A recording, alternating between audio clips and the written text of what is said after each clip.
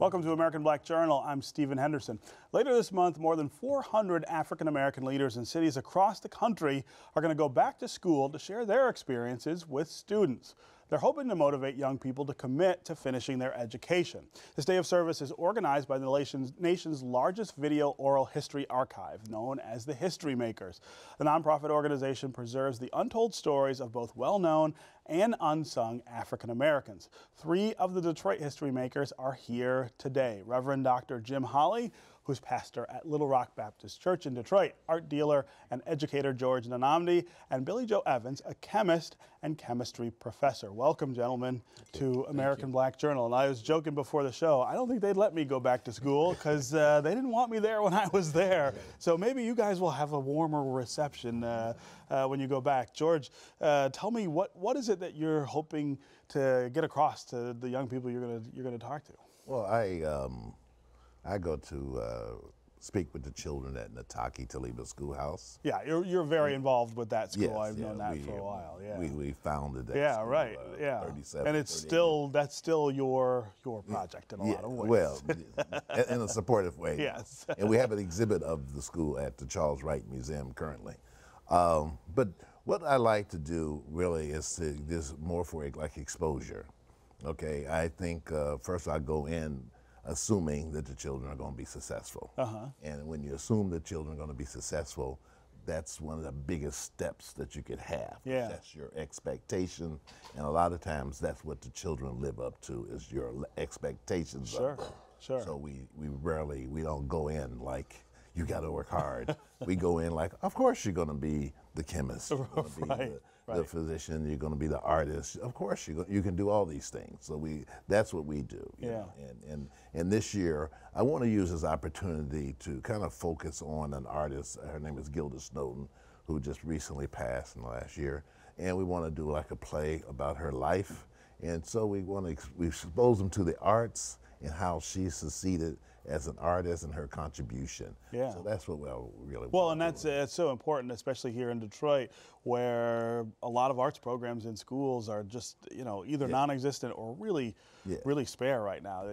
The kids don't get that exposure. Yes, and we have a very major play, and the play would be about her life. So this would be a little precursor to that. So the kids could get immersed in it throughout the year. And so, and just say how you can do, because a lot of times a lot of our children need or want to be artists, and that should be an option for them. And a lot of times we don't know how to motivate them in that direction. So that's what I think of. Reverend Holley, I know about the work you do through the church, through the community, around the church, and of course throughout the city. This is a little bit of a different dynamic, though, going directly to schools to try to share with young people what your experiences were like in school. Well, with me it's a little bit different because I started the church first. A charter school in Detroit. That's right. And so I've been involved in education. That's just the way my life, my ministry. The church is right next door to the a school by the Detroit Public School System, All Girls Academy. And so it's easy for us, and because we've been doing it. Obviously, the whole idea is basically is just to let young people to know that you can, some people can basketball their way out of poverty, they can football the way out. Not all of them can't get their rap out, but you can educate your way out. And this is the message that I try to take to the schools, and that is indeed that you got the education is the way out of poverty. When the charter school you run, we should make clear it's a wonderful place. I live not far from it. Your kids are, of course, all over YouTube and everything else with their performances. What's the difference between what you're doing there, you feel like, and this kind of idea? And what do you see in the kids in your school versus some other places that you go? Well, the thing of this is that I see the desire to learn. And I think that what we try to do is to make sure they know we're there. For example, there's many programs after school, homework after school. If you haven't, computers don't have it at home, we try to make sure that you get that.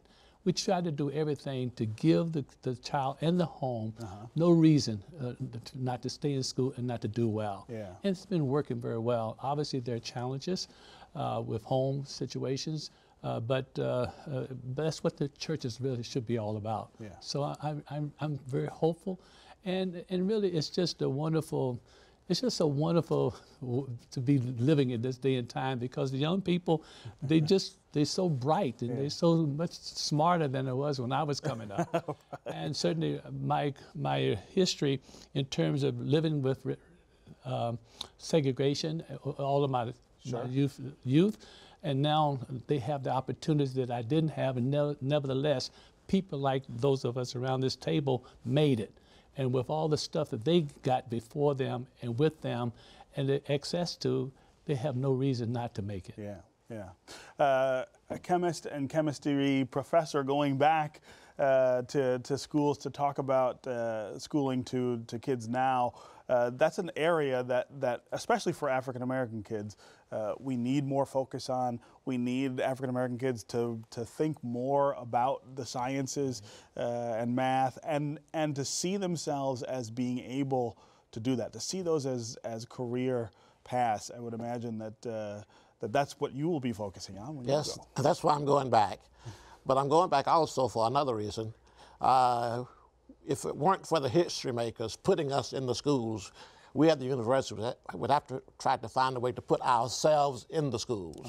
We can no longer wait for the students to show up at their door. We've got to go in the school before they leave the school. Yeah. If we don't, we will never see them. Yeah, right. And we recognize that to some extent at the University of Michigan. We have a Wolverine Express that goes to schools throughout the state, so-called underserved schools, Yes. with faculty. But the students need to see us so that they know there are people like them doing these kinds of things. And doing it at a high level. I mean, Right. doing it at the University of Michigan is different from doing it in other places. And as you know, one of the big challenges for minority youths is that they go to the wrong colleges. Yeah, right. They go to colleges that are below their abilities. And we really must work hard to get them to go to colleges that are commensurate with their abilities what and they their can desires. do, Exactly. Don't be shy of the competition. That's right. Yeah. That's right. I would imagine also at the university right now, this is a tough subject to even bring up, because the law says the university can't do it officially, can't even talk about opportunity on the basis of race. But this is an important way to sort of get around that and say, you know what, we can go back and talk about it directly. And we're creative. We don't talk about minority schools. We talk about underserved schools. Right. And it doesn't Often matter. the same way. Exactly. Right? Exactly. Yeah. Exactly. You know, as I said, I don't have the particularly fond memories of a lot of my schooling, and that's, you know, that's okay. I turned out all right. You did. But I'm wondering if each of you can talk about the things that you remember from being a student that you think will really help kids now see past where they are or see what they could be. George, I'll start with you. Well, say for my, I guess I'm a little bit like you. Yeah.